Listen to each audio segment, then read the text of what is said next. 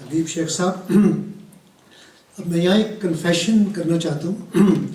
جب میری پہلی کتاب جو شاعری کا مجموعہ تھا جس کا نام تلاش تھا، جب تلاش کتاب چھپی اور اس کے بعد جو مجھے فیڈ بیک ملا، وہ کتاب ہم نے انڈیا، پاکستان، مشرق وسطیٰ مختلف ادیبوں، شاعروں، دانشوروں کو بطور تحفہ بھیجی، اور ان کا جو فیڈ بیک تھا اس سے مجھے پہلی دفعہ اندازہ ہوا کہ جب میں لکھ رہا تھا تو جو میرے ذہن میں تھا اور جو لوگوں نے پڑھا اور جو سمجھا، اس میں ایک بہت بڑا فرق تھا.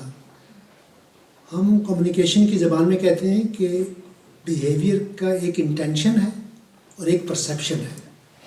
تو ادیب کے لیے جب وہ پہلی کتاب چھاپتا ہے تو جب اس کو فیڈ بیک ملتا ہے تو ایک بہت ہی میننگ فل ہوتا ہے.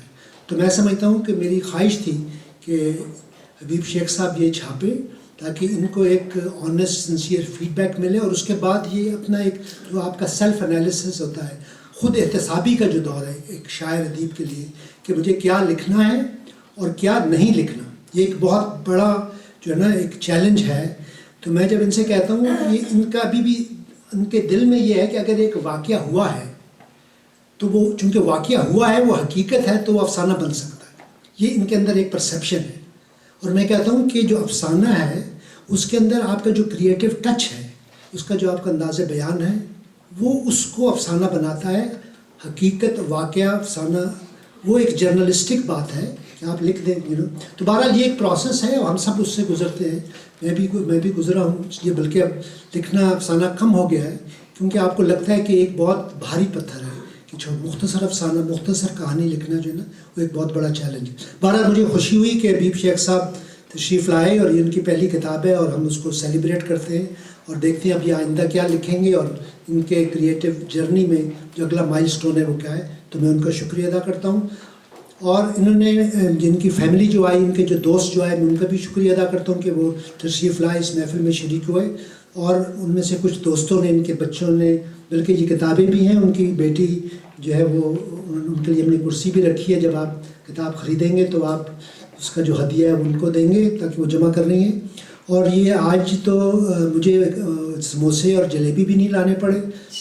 آج تو بہت ہی ایک طرح سے انہوں نے نہ صرف ذہنی خوراک کا بلکہ جسمانی خوراک کا بھی خیال رکھا.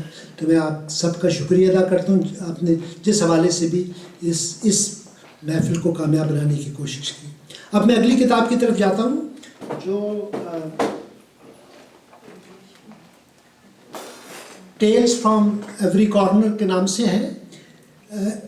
مجھے اس کتاب میں زیادہ دلچسپی اس لیے بھی پیدا ہوئی کہ ایک زمانے میں نے بھی دنیا کی جو فوک ٹیلز ہیں ان کو جمع کیا تھا. ہمارے ایک پرانے دوست ہیں، وہ آج کل محفلوں میں کم دکھائی دیتے ہیں، ان کا نام ہے جاوید دانش. تو ایک زمانے میں اور جاوید دانش جو ہے نا عالمی ادب کا اردو میں ترجمہ کرتے تھے. ہم نے کالے جسموں کی ریاضت ساؤتھ افریقہ کے حوالے سے، پھر ہم نے کچھ اور کہانی وہ ڈراموں کا ترجمہ کرتے تھے، میں شاعری اور افسانوں کا کرتا تھا. تو اس میں ہم نے ایک کتاب ورثہ کے نام سے چھاپی تھی، جس کی اب میرے پاس اپنے پاس بھی اس کی کاپی نہیں رہی. اس میں ہم نے دنیا جہان کی 40 جو کہانیاں ہیں، فوک ٹیلز ہیں، ان کا ترجمہ کیا تھا.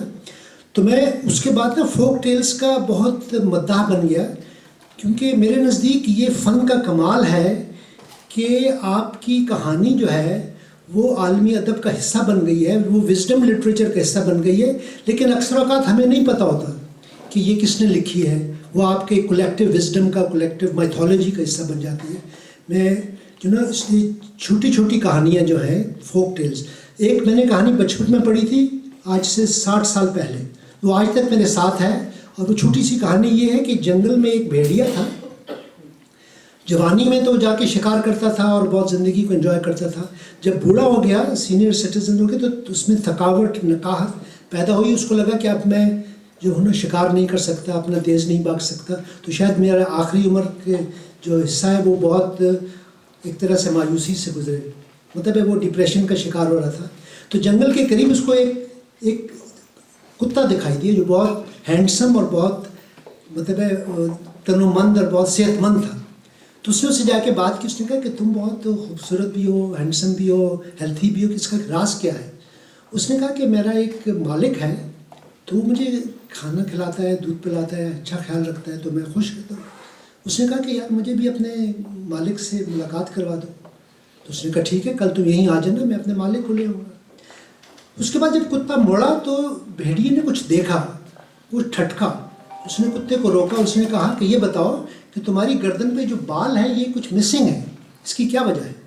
پہلے تو کتے نے ٹالا، پھر اس نے کہا اگر تم اصرار کرتے ہو تو میرا جو مالک ہے نا وہ ذرا غصے والا ہے، جب اس کو غصہ آتا ہے تو وہ مجھے بیسمنٹ میں لے جاتا ہے، وہاں مجھے زنجیر سے باندھ دیتا ہے، تو 1-2 دن میں وہاں بندہ رہتا ہوں، تو اس وجہ سے یہ بال مسنگ ہے۔ جب یہ بات ہوئی تو پھر بھیڑیے نے اسے کہا کہ دیکھو میں نے جو پہلے درخواست دی تھی میں وڈرا کرتا ہوں، میں تمہارے مالک سے۔ تو یہ میں نے بچپن میں یہ کہانی سنی تھی، اور زندگی کے ہر دور میں ہر موڑ پہ جب ایک آزمائش کا وقت آیا تو میں نے اپنے آپ سے پوچھا کہ مجھے کتے کی طرح رہنا ہے جہاں آپ کو کھانا پینا سب کچھ ملے گا، لیکن آپ کے گلے میں ایک زنجیر ہوگی، چاہے وہ اسپتال کی ہو، چاہے یونیورسٹی کی ہو، چاہے گورنمنٹ کی ہو، ایک زنجیر ہے جو آپ کو کھانا دیتی ہے۔ اس لیے میں نے اگلے سال ریٹائرمنٹ لینے کا ایک وجہ یہ بھی ہے کہ یہ جو اوہے پر جو سسٹم ہے میں اس سے باہر نکلنا چاہتا ہوں کہ اس کی بھی ایک زنجیر ہوتی ہے جو آپ کو پہننی پڑتی ہے، یا آپ بھیڑیے کی طرح رہتے ہیں اور آپ ایک رسک لیتے ہیں۔ تو آزادی کے ساتھ، حریت کے ساتھ، ایک اپنی خود اعتمادی کے ساتھ، عزت نفس کے ساتھ زندہ رہنا جو ہے، تو یہ ایک میٹافور میرے لیے تھا، ایک کتا اور بھیڑیے کی کہانی۔ تو یہ میں صرف بتا رہا ہوں کہ میرے نزدیک جو وزڈم لٹریچر اس میں فوک ٹیلز کا ایک بہت بڑا کردار ہے۔ تو جو بھی فوک ٹیلز پر کام کرتا ہے، انہوں نے تو ایکسٹرا اس میں یہ کیا، ان فوک ٹیلز میں سیمی نے کچھ ریڈلز بھی ڈالی ہیں بچوں کے لیے، تاکہ بچوں کی جو انٹیلیجنس ہے، ان کی جو کریٹیوٹی ہے، اس کو انسپائر کیا جائے۔ تو بہرحال یہ اب ہم اس پہ بات کرتے ہیں۔ تو 2 اسپیکرز، 2 دوستوں کو بلایا ہے۔ پہلے میں سمر اشتیاق کو دعوت دیتا ہوں کہ وہ تشریف لائیں، اپنے خیالات کا اظہار کریں۔ آپ جانتے ہیں یہ ٹیچر بھی ہیں، یہ آج کل سوشل ورک میں ماسٹرز کر رہی ہیں، یہ ہماری اس میں محفلوں میں آتی ہیں، پیپرز پڑھتی ہیں، بلکہ ان کا ایک خاص طرح کا جو عابدہ قریشی نے کہا نا مزاح، ان کے اندر ایک خاص طرح کا مزاح ہے، بڑا یونیک قسم کا، پتہ نہیں آج اس کا اظہار کریں گی یا نہیں، لیکن اکثر یہ اپنے جو خیالات کا اظہار کرتی ہیں اس میں ایک لیول آف سٹل جو ہیومر ہے اور وہ لے کے آتی ہے۔ تو آئیے سمر اشتیاق صاحب آپ اپنے خیالات کے ساتھ۔